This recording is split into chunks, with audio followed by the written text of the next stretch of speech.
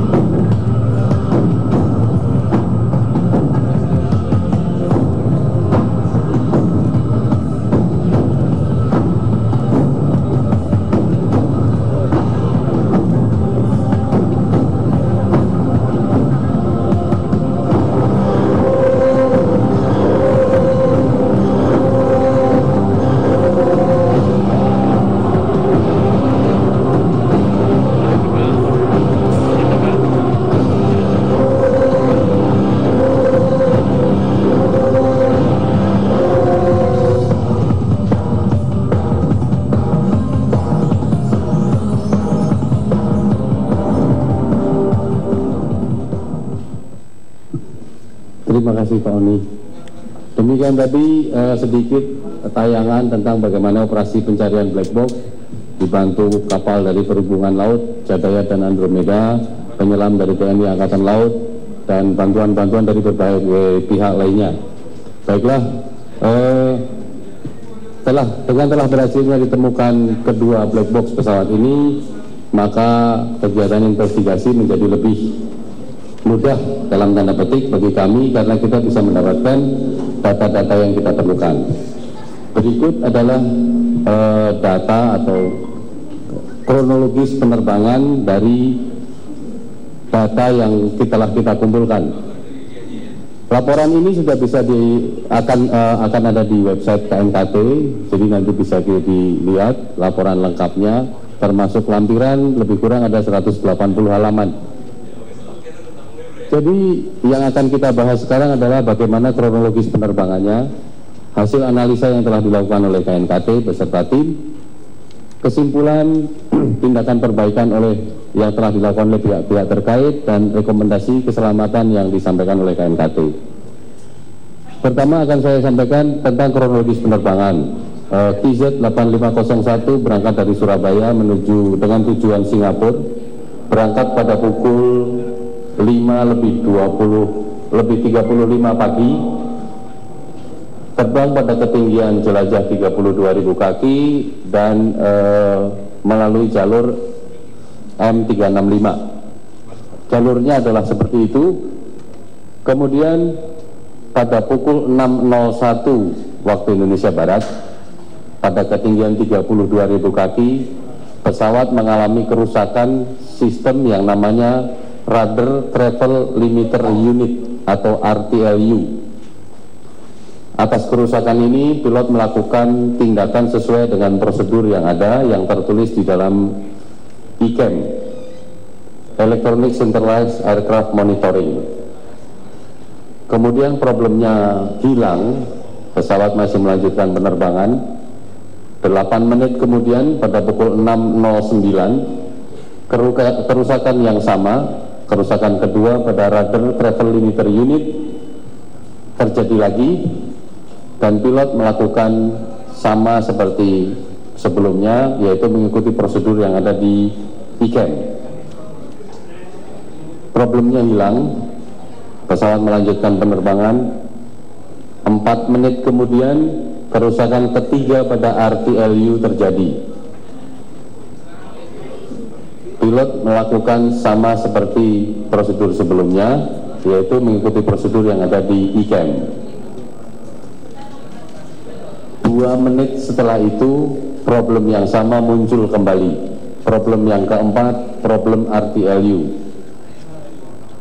Setelah problem yang keempat ini atau gangguan yang keempat ini, flight data recorder atau black box mencatat adanya indikasi yang berbeda dibandingkan dengan 3 gangguan yang pertama.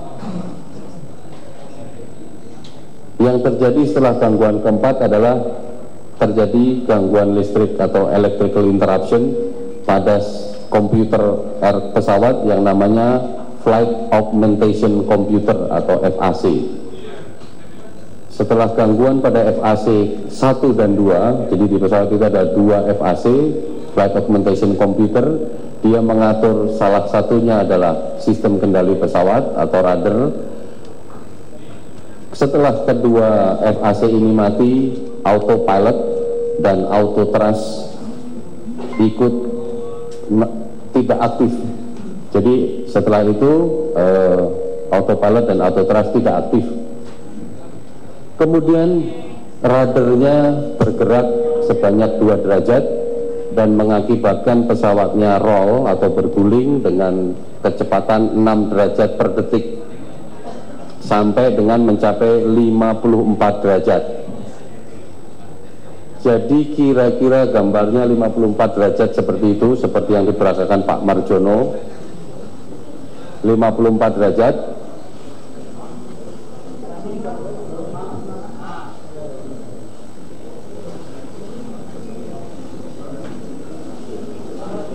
Dan selama 9 detik setelah autopilotnya tidak aktif, tidak ada input pada kedua kemudi atau side stick yang ada di kokpit baik kiri maupun kanan selama 9 detik, sehingga pesawat mencapai roll 54 derajat.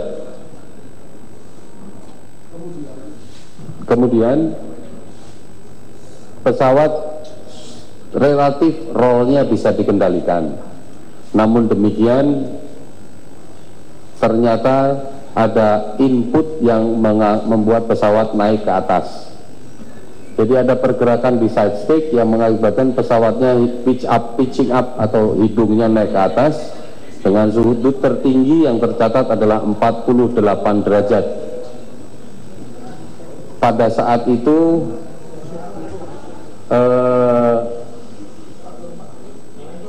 angle of attack atau sudut antara datangnya angin dan pergerakan pesawat mencapai 40 derajat. 40 derajat ini pesawat mengalami suatu kondisi di mana sudah berada di luar batasan terbangnya, dan pesawat masuk ke dalam kondisi di mana dia kehilangan daya angkat atau dia mengalami stall. Kondisi ini sebenarnya sudah di luar kemampuan pilot untuk melakukan recover. Setelah itu pesawat masuk ke dalam kondisi yang namanya upset, di mana sudut kemiringan tertinggi atau sudut roll atau sudut guling tertinggi yang tercatat adalah 104 derajat. Kecepatan terendah yang tercatat adalah 57 knots, dan ketinggian tertinggi yang tercatat di black box adalah 38.000 kaki.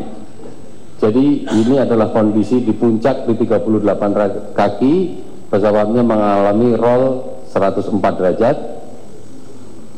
Gambarnya kira-kira seperti itu, mungkin Pak Marjono memperagakan. Ini adalah apa yang tercatat di dalam black box. Gambarnya banyak cacing-cacing, tidak terlalu kelihatan, tapi kalau kita lihat di sini, pertama ini adalah TLU-1 yang berwarna biru, 2 adalah TLU-2. Jadi TLU-1 offline disusul dengan TLU-2. Begitu dua-dua TLU ini offline, menyalakan master caution, lampu peringatan yang ada di kokpit, baik di co-pilot maupun di kapten. Kemudian terlihat di sini tercatat ada 2 indikasi di yaw damper kiri 1 dan 2. Ini adalah menunjukkan bahwa pilotnya melakukan action sesuai dengan apa yang ada di ICAM, dengan melakukan reset FAC atau tombol FAC atau FAC button.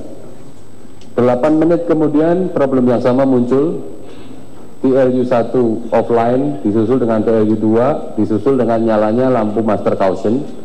Kemudian pilot masih melakukan hal yang sama, yaitu melakukan reset di FAC button 1 dan 2. 4 menit kemudian problem yang sama muncul, TLU-1 TLU-2 master caution disusul lagi dengan pilot. Itu tadi keterangan dari KNKT mengenai sedikit atau baru permulaan mengenai jatuhnya pesawat AirAsia KZ8510 yang pada saat tanggal 28 Desember tahun lalu rencana terbang dari Surabaya menuju ke Singapura.